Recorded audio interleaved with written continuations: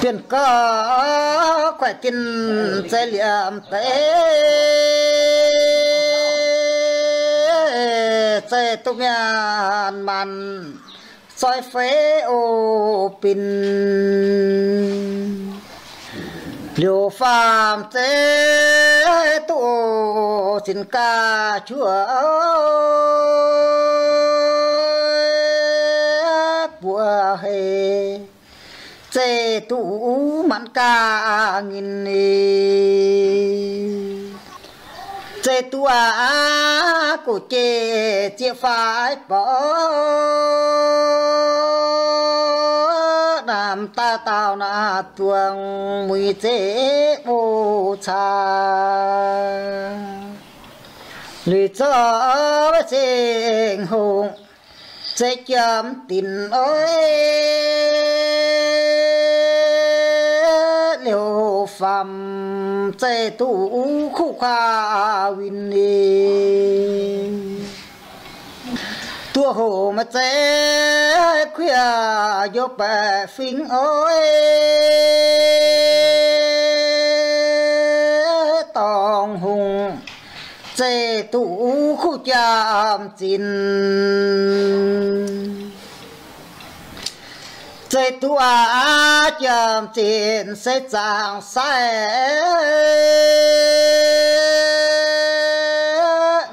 bò chế chúa bất khu khoa win lô ba mấy ta miền chế chạm ô tòng hùng sinh trái bất chế sâu tòng uy tôi nhận chế tu mấy xe mấy họ tòng uy tu đa sâu ba phía cha hồng uy dỗ chế quyền miền chiếu lệ trói lỗi hiện cun chín ô làng nghe cún ô hàng uy cun dĩa miền màn mồ màn có sinh na hùng soi huế mặn trên nên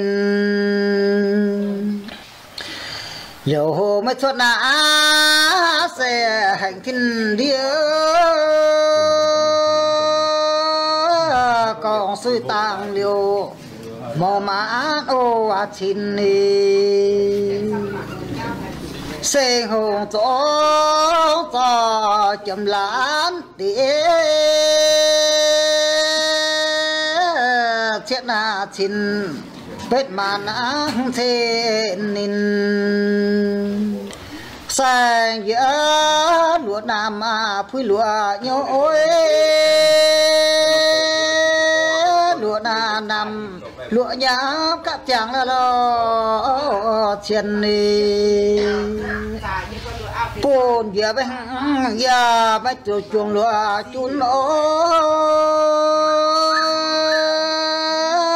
lúa chun yêu na nhân chuồng ô dầm uy coi sang giờ sinh suy na chun ôi sinh suy giờ na tin yếm tế ô giang uy suy giang bang tên xây vừa giang phiền cha cảnh chúa mới trả tên làng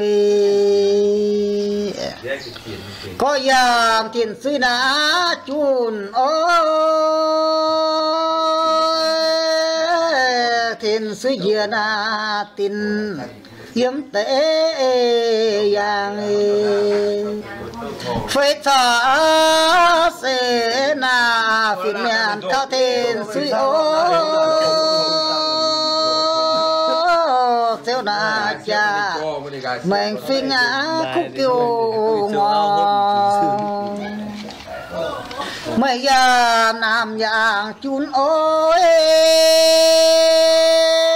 nam âm giang nếu lẽ khu siêu hàng đi nam giang mới cháu ta khu khoa to tàng phiên cha na tuang khu quê ô à giang đi mấy giờ tôi khuya chun ôi tôi khuya tăng vô anh tế giang huy tăng vô với tim nã tăng giang vô làng pu phiên trà tuang khu quê ô giang huy xin dòm luồng phá chun ôi luồng có siêu nà tòng tòng phú ô chín luồng cho quá kê chun liều làng lấy phiên trà tuang khu quê ô giang huy chính giang rồi giang chun ôi rồi siêu giang là chìm yêu siêu luồng chính số nhé nhộn siêu khoa to lớn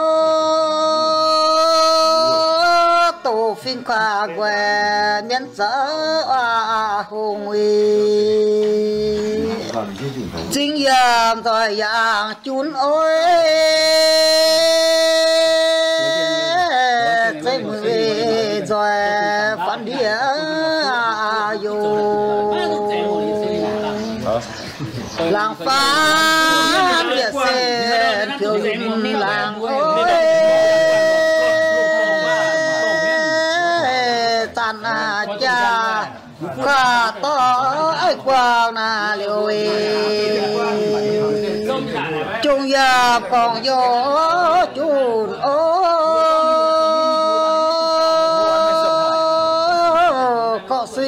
con suy lê chẳng liều chiếc hồng hàng huy con suy tàng liều các tù khơi ôi dạng phinh khoa què hình xuống ô hàng huy có giang chun kêu chun ô có đà liềm có chớp có chỗ tình huy kênh chàng bé nhộn tạo chiếc ghia tế sao cha khoa to em hạ thế na phìn chung giờ mà chàng nhà chun ô chàng nhà phiêu tiêu khu chàng song huy phơi thả phiền xuân sai tuột na chiều lo cha muôn nhẹ khu khoa hồng huy song yam điều hệ chun ôi chính chế tiền khoa siêu quấy ô phìn tiền khoa siêu na tiền khoa luồng phố tổng phim khoa què sai chẳng thiên ni chung giang chun ôi dũng tổ chẳng liềm dia tế ô win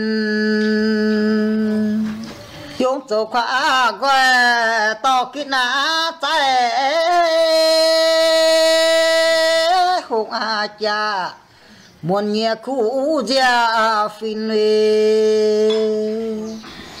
bộ hệ tây na mãi yam chun ô phiêu giang cùng mình thong thá ô kinh xây giang mẹ miền to qua yam chiến ô dâu giang khoa quê khoe yam trình xin cha song yam xin suy na chun ôi biển cha cành chuông na dạ thế na làng lớn là nhất na tiêu chun bùa chuông ôi tổ đề bành bài suy lãng trình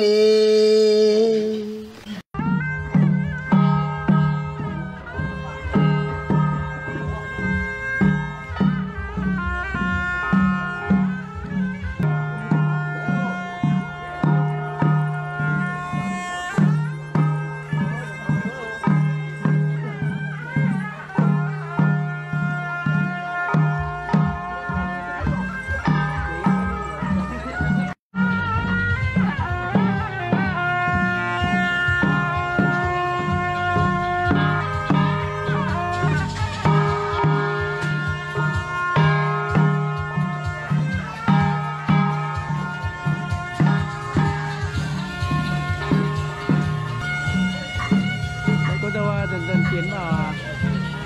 đoạn chính của mọi người nhé.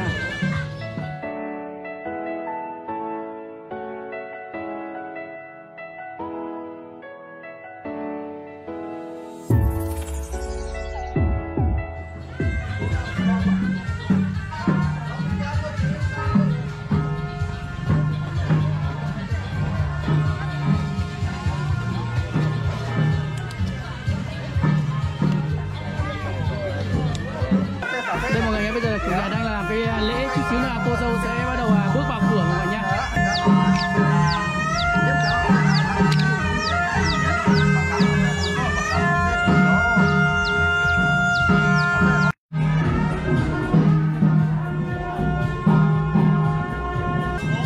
Đây mọi người nhé, bây giờ cô dâu chuẩn bị bước vào cửa của bên đằng nhà trai mọi người ạ. Đây cái nghi lễ thủ tục nó diễn ra nó sẽ như thế này mọi người nhé. Tiếp tục mọi người cứ theo chân chỗ Sính và Meng để xem hành trình cái giai đoạn cuối cùng là đi vào nhịp cửa của cô bên chú rể nhá.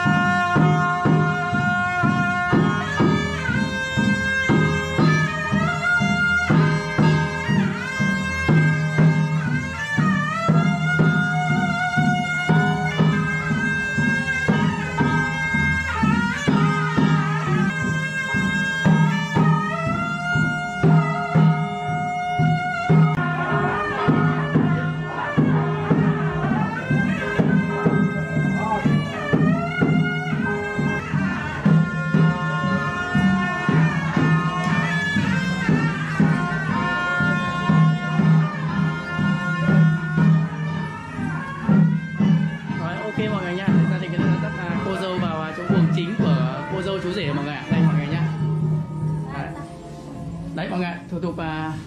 cơ bản đã hoàn thiện rồi mọi người nhá. Bây giờ tiếp đến là chắc là còn cái tiệc nữa thôi mọi người ạ. Mọi người tiếp tục là theo chân Sinh và mẹ nhá. Chưa hết đâu, còn dài dài nữa cơ. Kẻ tầm dỗ im miền lấy ô một tỏi à.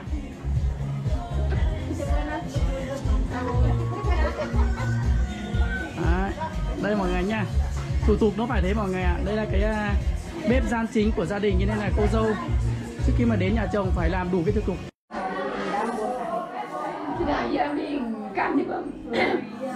Đấy giờ là mọi người là tháo trang phục nhá, xong rồi đấy.